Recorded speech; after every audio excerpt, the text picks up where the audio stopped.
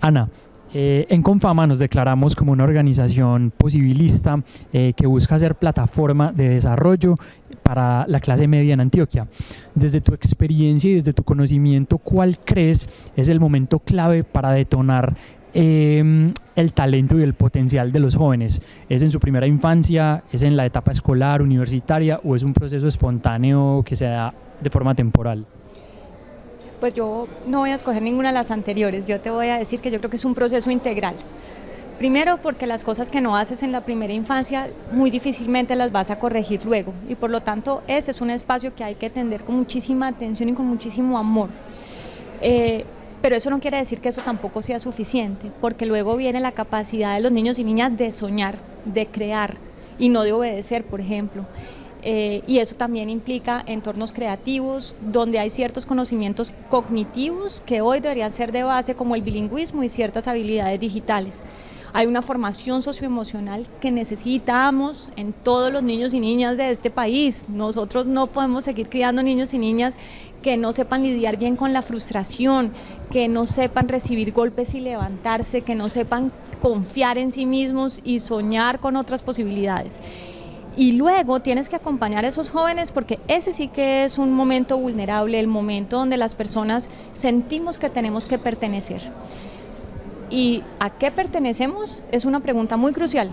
O sea que si en ese momento los dejamos solos, podemos acabar dejándolos que pertenezcan a entornos donde no van a desarrollar su capacidad productiva ni su capacidad de ser las personas que soñaban ser cuando teníamos a esos niños chiquitos. Y por lo tanto, de alguna forma te digo, no los podemos dejar solos en ningún pasito del camino. Ana, una de nuestras causas justamente organizacionales en Confama es la juventud, y en general en el sistema de compensación. Digamos que todas las organizaciones que hacemos parte de este sistema tenemos a la juventud como una bandera. ¿Tú crees que cómo se pueden propiciar más escenarios donde los jóvenes estén más empoderados y se les permita que se fortalezcan como ciudadanos activos y vitales, y además en entornos seguros? Pues que los invitemos a todos los entornos. De alguna manera siento yo que no los invitamos, hacemos como círculos excluyentes. De alguna forma es como si tuviéramos una conversación para los que no estamos tan jóvenes y otra conversación para los que están más jóvenes. Tenemos que ir a buscar los escenarios de educación superior, pero además tenemos que buscar escenarios que no son de educación superior, porque es que la gran mayoría de los jóvenes en Colombia no van a acceder a esos escenarios de educación superior. Entonces tengo que irlos a buscar un poquito a la calle, tengo que ir a buscarlos un poquito en las comunidades, y tengo que tratar de entender qué es lo que les falta y lo que les sobra. Y esa tiene que ser una búsqueda activa, y yo creo que las personas que estamos un poquito más grandes pasamos demasiado tiempo en el juicio de valor, en lugar de tratar de entender que primero hay una evolución generacional que yo no tengo que compartir, lo tengo que aceptar y entender, y ojalá celebrar. Y segundo, que pues esos que están allí son mi plataforma, son la demanda que mueve este país, son nuestro talento humano y son nuestra licencia social, y por lo tanto tenemos que activamente ver dónde están y sentarlos en la conversación. Y eso también implica que la conversación tiene que ser sexy. Tenemos que hacer una conversación interesante. Muy claro. Mira, otra de nuestras causas organizacionales es la de género. Entonces, a ti como mujer nos interesaría mucho tu percepción sobre el rol y la proliferación del rol de las mujeres en el tiempo reciente en los cargos de liderazgo y de dirección y de tomas importantes y reales de decisión. ¿Cómo lo ves? ¿Qué percepción tienes en ese aspecto? Que estamos haciendo un poco como el borracho y estamos buscando las llaves debajo de la lámpara y no donde se nos cayeron. No es suficiente, ni remotamente suficiente, con la discusión de las mujeres en los ámbitos laborales si no estamos teniendo la discusión de los hombres en los ámbitos privados.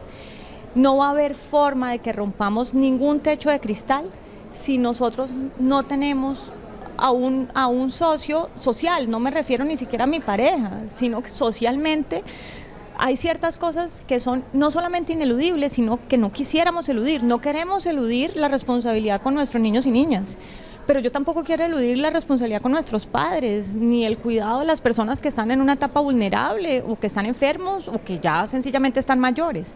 Y por lo tanto, si en ese ámbito del cuidado no encontramos una participación masculina distinta, pues lo que vamos a tener es un ámbito laboral de mujeres exhaustas. Y esta idea de que somos líderes y que muy líderes, pero resulta que estamos trabajando doble turno. Y eso no es justo con nosotras, pero tampoco es justo con ustedes. Y yo creo que esa conversación es una conversación que está subrepresentada en el diálogo de género. Y no en particular por ustedes, porque si a alguien lo escucho hablar de nuevas masculinidades es a David, pero creo que a eso hay que hacerle muchísimo eco. Porque de alguna manera cuando hablamos de las mujeres, si hablamos de violencia de género, de los feminicidios, sí, nosotras fuimos las feminizadas. La pregunta es ¿quién fue el asesino? Si hablamos de los abusos, 1 de cada 3 mujeres, 1 de cada 6 hombres. Donde no hay casi equívocos es en el otro lado. 96% de los hombres son quienes se presumen abusaron.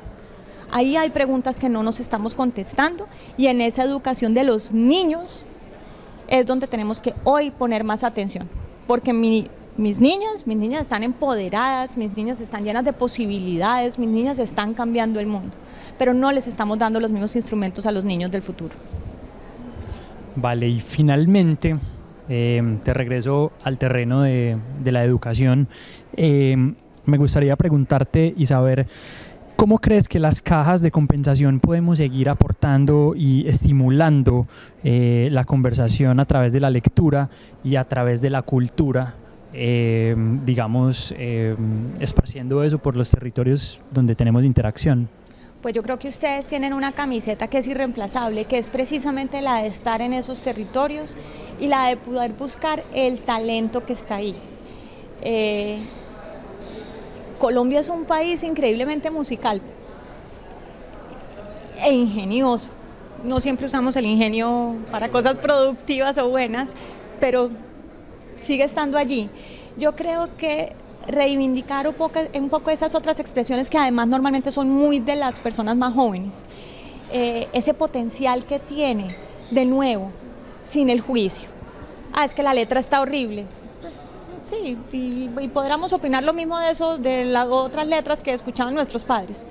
El punto es que ahí hay una expresión, hay una emoción que se está canalizando a través del arte y que sobre todo potencia la capacidad de soñar e innovar de las personas.